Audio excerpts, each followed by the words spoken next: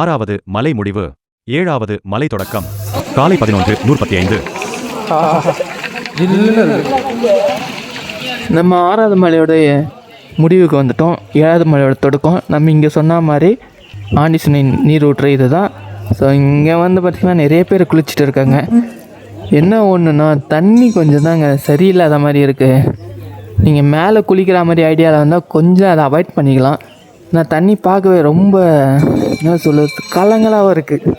அந்த தெளிவுனஸ் இல்லை. ரொம்ப நிறைய பேர் இருக்கிறதுனால அந்த மாதிரி ஆகுதா என்னென்னு தெரியல. ஸோ வந்து நீங்கள் வரும்போது மேலே அந்த ஐடியாவில் வராதிங்க.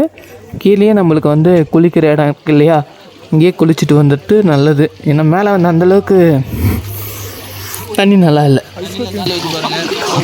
கால் வரைச்சிச்சு எனக்கு. அதான் ஊறிச்சேன் கால். அவ்வளோ நின்று தான் இருந்தேன். ரொம்ப வரைச்சிச்சு, அதனால வந்துட்டேன், கால் எடுத்துட்டேன். ஆமாம், ரெண்டு மாறி தண்ணியை செம சில்லுன்னு இருக்குது. எப்படி இருக்குல்ல?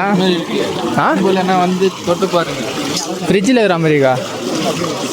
என்ன ஃப்ரிட்ஜு? நீங்கள் நினைக்கிற மாதிரியே தண்ணி ரொம்ப ரொம்ப சில்லுன்னு இருக்குது. அப்படியே ஐஸ் ஃப்ரீஸ் ஆன மாதிரி ஆயிடுச்சு. என்னோடய காலெல்லாம் அப்படியே விரைச்சிக்கிச்சு அந்த தண்ணியில். கால் ரொம்ப நேரம் வச்சேன், ஆனால் நல்லா இருந்தது. ஏன்னா நம்ம வந்து ரொம்ப நேரம் நடந்து வந்தோம். அந்த பெயின் இருக்கும் காலில், அந்த பெயினில் ரிலீஸ் பண்ணோன்னா நம்ம அந்த தண்ணியில் கொஞ்சம் நேரம் நின்று ரிலாக்ஸ் பண்ணிட்டு அதுக்கப்புறம் நம்ம 7வது மலை ஏறும் போது கொஞ்சம் ஈஸியாக இருக்கும், நம்மளுக்கு அந்த பெயின் தெரியாது. ஸோ நான் சொன்ன மாதிரி நாங்கள் யாரும் குளிக்கலை. ஏன்னா தண்ணி ரொம்பவே அழுக்காக இருந்தது. பார்க்கவே ரொம்ப கலங்களாக அழுக்காக இருந்தது. நிறைய பேர் குளிக்கிறாங்க அந்த தண்ணியிலே. எங்களுக்கு வந்து அதை குளிக்க தோணலை. அதனால் நாங்கள் வந்து கால் கை மட்டும் நினச்சிக்கிட்டு மேலே ஏற ஆரம்பிச்சிட்டோம்.